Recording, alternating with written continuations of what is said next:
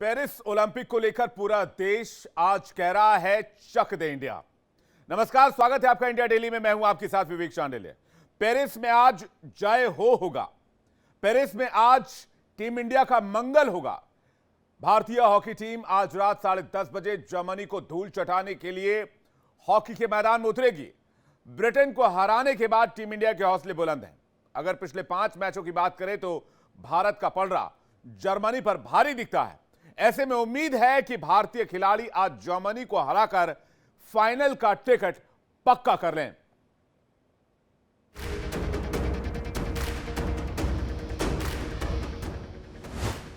Olympic में कमाल, हिंद का धमाल। जर्मनी को हराओ, चैंपियन बन जाओ।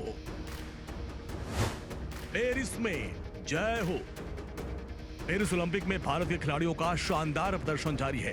भारत आज हॉकी का सेमीफाइनल मुकाबला खेलने जा रहा है। भारत का मुकाबला वर्ल्ड चैंपियन जर्मनी की टीम से है। हर भारतीय को उम्मीद है कि भारतीय खिलाड़ी आज जर्मनी को हराकर हॉकी का फाइनल मुकाबला खेलेंगे और हिंदुस्तान के लिए हॉकी में गोल्ड मेडल लेकर आएंगे।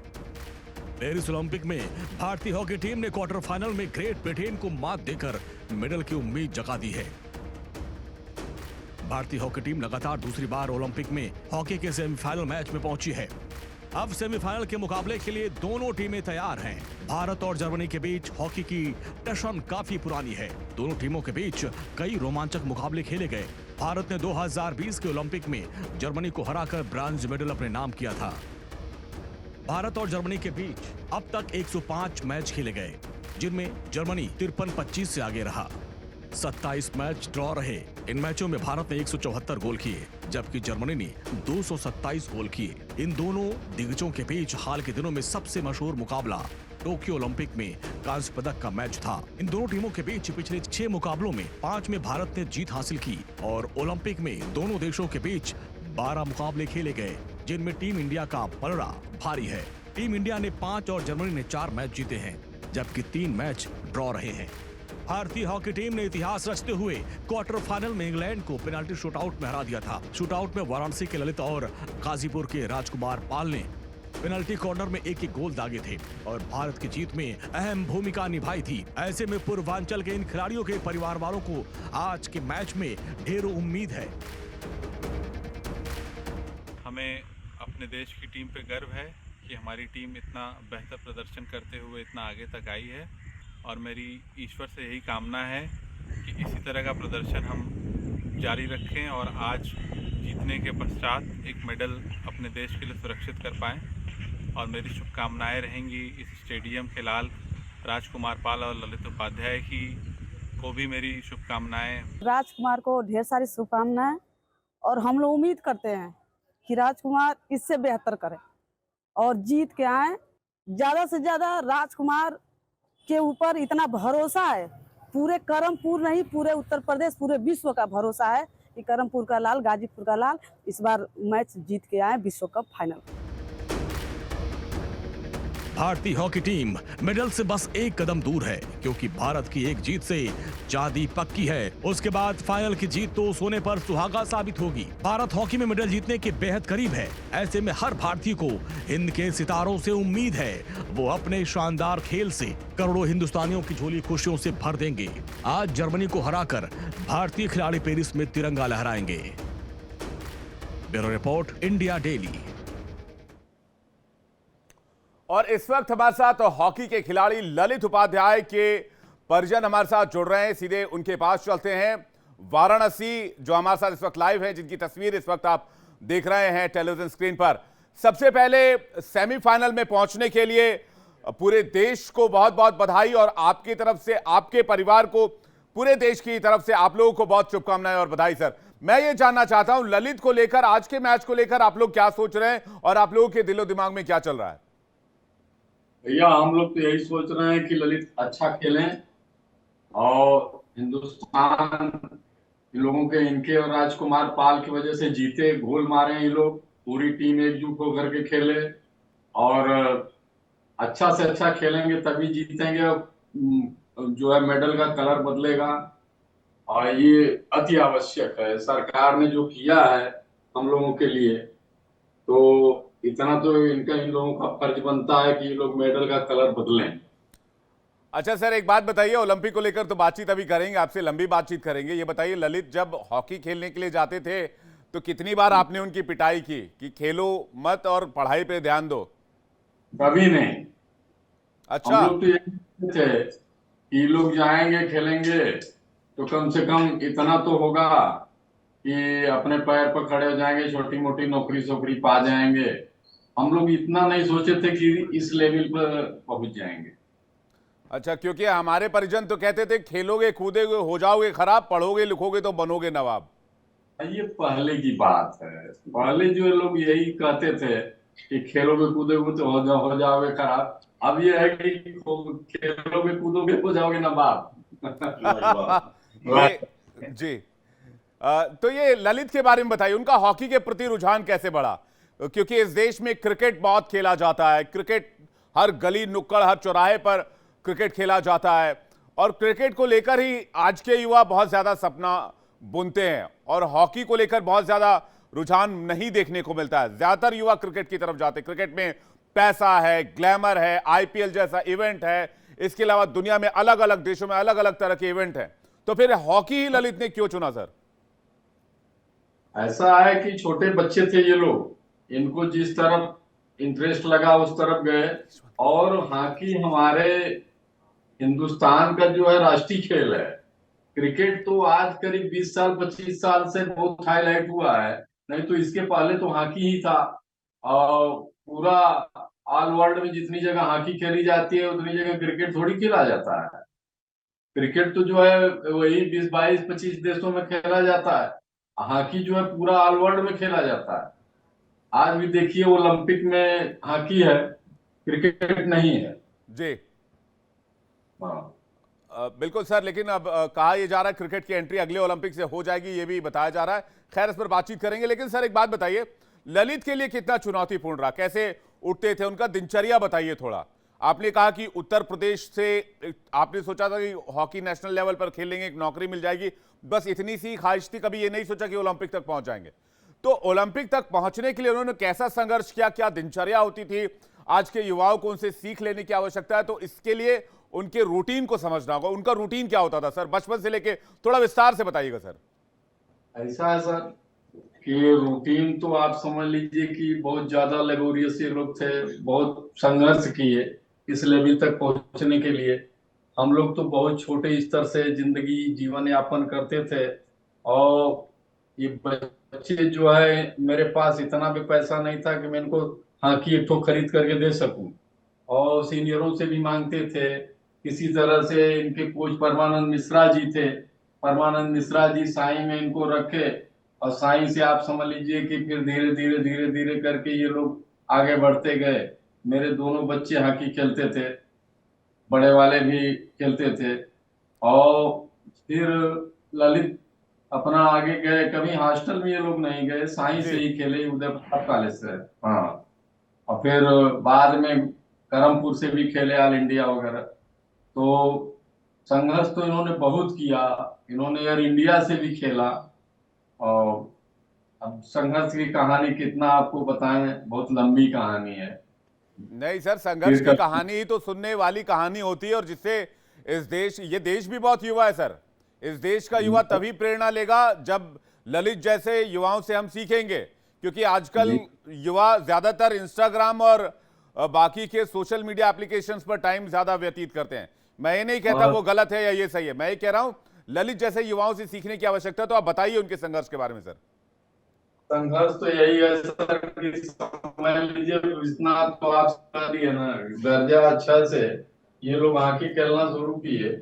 और हॉकी खेलने के लिए, हॉकी खरीदने के लिए पैसे नहीं थे। जी। और परमानंद मिश्रा जी जो थे, इनके कोच साहब, जो इनको साई में रखे फिर, तो उन्होंने भी बहुत सी हॉकी वगैरह दिया। बहुत से सीनियर थे ऐसे जो कि इनको हॉकी दिए खेलने के लिए, इनको अमीर लोगों को। अब जी। बड़े खुश होते थे ये लोग, जो उनकी पुरानी हस्तियां लेकर खाते थे, बहुत खुश होते थे कि फलाने भैया दिए, काने भैया दिए। आज उसी संघर्ष को याद करके ये छोटे बच्चों के लिए जो भी हॉकी वगैरह मंगाते हैं, बांटते हैं। और बड़े खुशी होते हैं कि अरे पापा बच्चे हैं खेलेंगे, सब आशीर्वाद देंगे, इनका आशीर्वाद पलेगा हम लोगों को। और भैया जब बच्चे खुश रहते हैं तो हम लोग भी खुश होते हैं कि चलो जाओ, आज वहां जा रहा है, आज वहां की बांटेगा, आज वहां जा रहा है, आज वहां गेंदा बांटेगा। जब आता है तो यही सब करता है, फुर्सत में रहता है। जी जो इनका कांटेक्ट है एसएनएस से, वहां से आते हैं, वहां की वगैरह मंगाते हैं तो ले जाते हैं, बच्चों में बांटते हैं। सर, आपके फ्रेम में 2-3 लोग और नजर आ रहे हैं, एक बार उनसे भी परिचय करवा दीजिएगा। उसके बाद राजकुमार जी के परिजन भी हमारे साथ गाजीपुर से जुड़ गए, उनसे भी बातचीत करेंगे। तो फ्रेम में आपके आपके आपके अगल बगल कौन कौन बैठा हुआ है सर?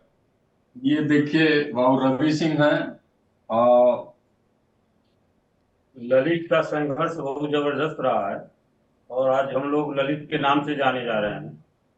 तो भगवान करे सबके घर में एक ललित पैदा हो। हम उसके चाचा हैं। जी, माता जी भी बैठी हुई लगता है, माता जी से भी बात कराइए जरा। माता जी नमस्ते, कैसा लग रहा है आज आपको? बहुत अच्छा लग रहा है भैया, बहुत ही अच्छा लग रहा है। हम लोग के पास कोई शब्द नहीं है। और आज सेमीफाइनल में जीत जाए तो जी। उससे तो सोने पे सुहागा हो तो जाएगा। माता जी, आपने कभी रोका टोका नहीं ललित को? क्या दिन भर खेलते रहते हो, कभी पढ़ाई लिखाई कर लिया करो। ऐसे हम लोग माहौल में ही थे। हम लोग की कोई बहुत बड़ी, हम लोग के पास ना ही कोई संपत्ति थी, बस कुआं खोदो पानी पिए। तो जी हम तो यही सोचते कि कुछ लोग को देखे हॉकी खेलते हुए तो हम सोचे कि बड़े वाले को भेजे, फिर छोटे वाले को भी लगा दिए कि भैया, यही सुने थे कि हॉकी बच्चे खेलते तो उनको नौकरियां मिलती है सरकारी। लेकिन जी ये नहीं कभी सोचे थे कि इतने ऊपर तक जाएंगे बच्चे मेरे। बस वही लालच थी कि हमारे पास तो कोई संपत्तियां हैं नहीं, कम से कम बच्चों को नौकरी मिलेगी तो उनकी भविष्य आगे की अच्छी रहेगी। इसीलिए हम लगा दिए और अपना किसी तरह संघर्ष करते करते जी आज विश्वनाथ की कृपा है कि इतना ऊपर ललित गए हैं। आप लोग हम लोग से बात कर रहे हैं, ये हम लोग को बहुत खुशी है। जी। तो लड्डू वड्डू बन रहा है कि नहीं बन रहा है? सर आइए, आप भी खाइए लड्डू। हमारे लिए पार्सल भेज दीजिएगा। अभी तो कवरेज पर ध्यान दे रहे हैं हम लोग, ओलंपिक की खबर दिखा रहे दर्शकों को।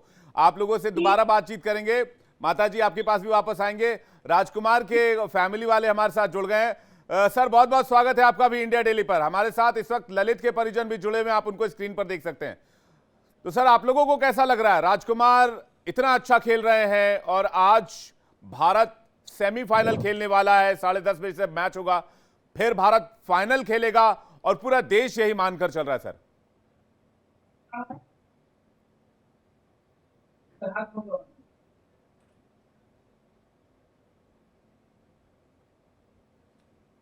हाँ बोलिए।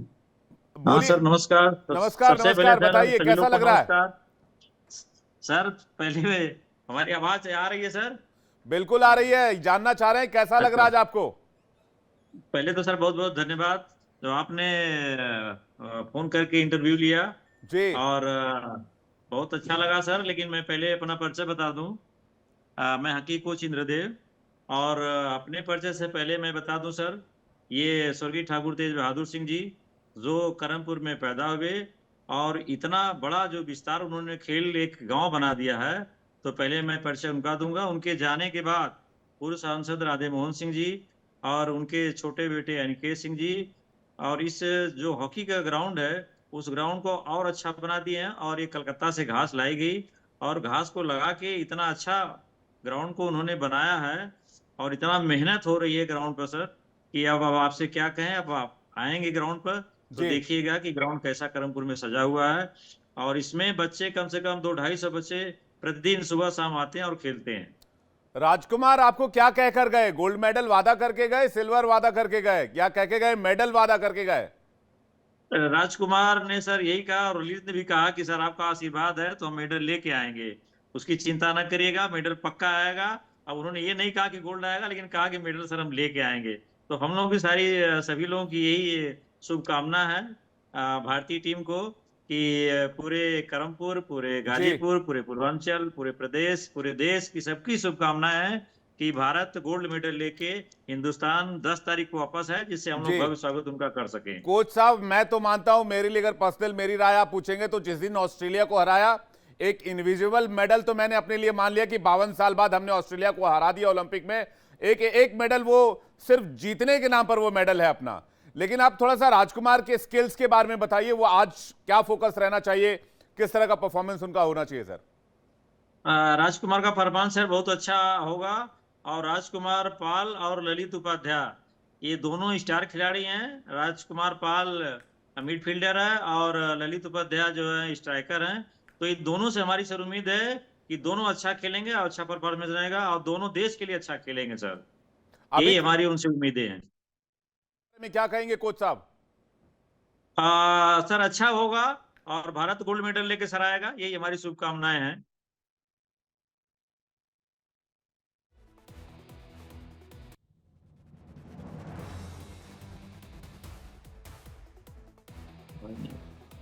कोच साहब, आज जो मैच है उसमें भारत की स्ट्रेटेजी क्या रहनी चाहिए? एक छोटा सा ये भी आंसर कीजिएगा, उसके बाद मैं ललित भाई के घर का रुख करूंगा। अच्छा सर, ये जो अभी आज का सर है, तो आज की अब कोच और बच्चों में क्या डिस्कशन हुआ सर, ये तो हमें नहीं पता, लेकिन अभी कुछ देर के बाद पता लग जाएगा सर, क्योंकि आपका डिबेट पहले हो गया है। अभी हमारी बात ललित और राजकुमार से हुई नहीं है। अब उनसे पूछेंगे तो क्या उनका बना हुआ सिस्टम सर, ये तो मैं नहीं बता सकता। लेकिन उनका जो मिडफील्डर क्या फुल बैक जो बाहर हो गया है सर, थोड़ा सा उससे दुख हुआ है। अगर वो रहते अमित रोहिदास जी तो थोड़ा सा और भारत के लिए अच्छा होता, लेकिन नहीं है। लेकिन बाहर बैठ के आशीर्वाद देंगे और बताएंगे भी कि आप सभी लोग अच्छा खेलें। जर्मनी की टीम को सर जर्मनी की टीम को कैसा देख रहे हैं आप भारत के अगेंस्ट? जर्मनी भी सर स्ट्रांग टीम है, ऐसा नहीं है कि जर्मनी हल्की टीम है। अच्छा, जर्मनी भी स्ट्रांग टीम है, लेकिन भारत की अपेक्षा हल्की है, क्योंकि अपने पूल की सर टॉप टीम है और भारत जो है अपने पूल का सेकंड है। तो इसलिए वो तो अभी जो देखा जाए तो भारत से ऊपर है, लेकिन भारत उनसे कम नहीं है। भारत भी खेलेगा और जीतेगा भी सर। चलिए अब चलते हैं ललित के घर पर। वाराणसी में पूरा परिवार इंडिया डेली के साथ जुड़ा हुआ है और हमसे बातचीत कर रहा है। माता जी से हमारी बातचीत हो रही थी। माता जी, इंडिया अगर जीत जाती है आज और अगर आज बेहतरीन खेल का प्रदर्शन होता है, आपने क्या तैयारी की आज शाम के लिए, ये बता दीजिए। अभी तो तैयारी तो बहुत सी है, लेकिन अभी जीते, फाइनल में पहुंचे, फिर पहले तो हम लोग भगवान का धन्यवाद करते, भगवान को दिया जलाते, उनका पूजा भी करते हैं। हम लोग पूजा कर, हमारे घर के देवता है, हम लोग रोज रूटीन हम लोग की रोज की है पूजा पाठ की, लेकिन पहले भगवान को दिया जलाने के बाद ही हम लोग कोई काम करते हैं। माता जी, कभी ऐसा हुआ कि ललित ने कहा हो कि अब नौकरी ढूंढनी चाहिए या नौकरी तलाशनी चाहिए? कभी कोई ऐसा वक्त आया इस पूरे सफर के दरमियान कि 1% चांस लगाओ कि अब खेल को छोड़कर इधर दूसरी तरफ बढ़ा जाए, तो आप लोगों ने पुश किया हो या फिर उन्होंने कहा हो कि नहीं हम इसी में बने रहेंगे, खेल इसी तरह जारी रखेंगे? नहीं, एक बार वह यूनिवर्सिटी खेले थे तो उनका प्लेस लगा था, तो उनके पापा बोले कि ज्वाइन कर लो, 2 ही साल का उसमें चांस रहता है, फिर आगे पता नहीं नौकरियां मिलेगी कि नहीं। लेकिन उनका मन नहीं किया और फिर उनके कोच भी बोले कि नहीं, तुम रेलवे के लिए नहीं बने हो, तो कुछ और करोगे, इसके ऊपर जाओगे, रेलवे मत ज्वाइन करना। फिर उनको उसके बाद उनको बीपीसीएल में बुलाया गया, फिर वहां से वहां नौकरी किए, वहां से उसके बाद जब ओलंपिक खेल के आए तो योगी जी से उन्होंने अपना डीएसपी की जॉब मांगी और वो खाकी वर्दी किए। लेकिन मतलब बाबूजी का पूरा फोकस सरकारी नौकरी पर था कि एक सरकारी नौकरी निकल जाए बस बढ़िया से। उस समय ही ऐसा था ना कि हमको भी यही लगता था भाई कि क्या पता 2 साल बीत जाए, आगे नौकरियां न मिले।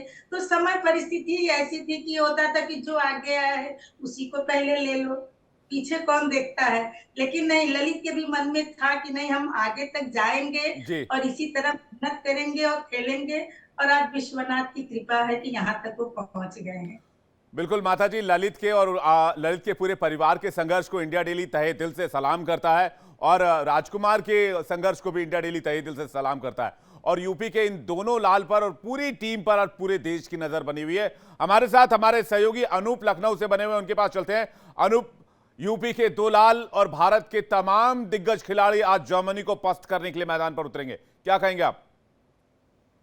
बिल्कुल बिल्कुल, और जैसा कि आपने कहा कि जिस दिन 52 साल के बाद ऑस्ट्रेलिया को ओलंपिक में इंडिया ने हरा दिया, उसी दिन वो तमगा जीत गई थी। मैं आपकी इस बात से 100% सहमत हूं और वाकई में जो खेल दिखाया है भारतीय टीम ने और भारतीय टीम के रणबांकुरों ने, और खासकर हमारे श्रीजेश जो हमारे गोलकीपर हैं, क्या शानदार खेल दिखाया उन्होंने ग्रेट ब्रिटेन के साथ हुए मैच में, और निश्चित रूप से वो बधाई के हकदार हैं, और मतलब वो हीरो हैं उस जीत के। तो मुझे लगता है कि आज एक कमी जरूर है, जैसा कि राजकुमार के कोच बता रहे थे कि एक जो हमारे मिडफील्डर हैं वो नहीं खेल रहे हैं, 10 खिलाड़ियों से हमारी टीम खेलेगी, लेकिन हौसले 11 नहीं 21 के बराबर है। तो मुझे लगता है कि आज का मैच बहुत ही रोमांचक होगा, और पूरी उम्मीद है मुझे कि भारतीय टीम जो है जिस जज्बे और जिस जोशो खरोश के साथ खेल रही है, तो आज निश्चित रूप से जर्मनी को हराकर वो आगे बढ़ जाएगी। बिल्कुल अनूप, और बेशक जो परिस्थितियां जब विपरीत हो तो फिर उसमें तैरने का मजा, कहते हैं मझधार में जब इंसान फंसता है तो उसको तैर कर पार करने का मजा कुछ और होता है। तो टीम इंडिया का एस्पेक्ट हम इस हिसाब से ले सकते हैं, और आज के मैच को देखना बहुत इंपॉर्टेंट होगा। ललित के घर का रुख करते हैं, वहां पर पूरा परिवार हमारे साथ जुड़ा हुआ है। और माता जी, आपसे मेरा एक सवाल है, जो पूर्वांचल है वहां पर लोकगीतों की बड़ी एक तरह से पहचान होती है, और लोकगीत हर मौके पर गाए जाते हैं। तो आज जब इंडिया का जर्मनी से इतना बड़ा मुकाबला है, और यूपी के लाल राजकुमार और ललित दोनों एक बड़ा मुकाबला फेस करने जा रहे हैं, तो कोई गीत आपको लोकगीत याद आता हो जिससे आप उनकी हौसला अफजाई कर सकें या कुछ गाकर बता सकें? माता जी। गीत तो हमको बहुत नहीं आता है लोकगीत, लेकिन नहीं कहेंगे कि मेरे काशी का नाम रोशन कर दो काशी के लाल, और इससे आगे मैं क्या बोलूं, मुझे गाना नहीं आता है उतना। जी, और क्या पैगाम देना चाहेंगे आज ललित को? उनके भैया देंगे जी, अब यही शुभकामनाएं पूरे देश की, वो लोग अच्छा खेलें, बढ़िया खेलें और वर्ल्ड कप जीते, ओलंपिक जीते, गोल्ड मेडल पावे। और जो आपने कहा है सर कि एक कहावत है, खेले को कूदे को होगा खराब। आज के समय में जो खेलेगा कूदेगा वो लाजवाब होगा, और पूरा विश्व उसको जानेगा, और ललित के नाम से पूरा बनारस में सभी लोग उसको जान रहे हैं, पूरा देश उसको जान रहा है। तो खेल कूद से ही हुआ है। बिल्कुल सही बात, और पूरे देश की तरफ से ललित और पूरी टीम इंडिया को शुभकामनाएं।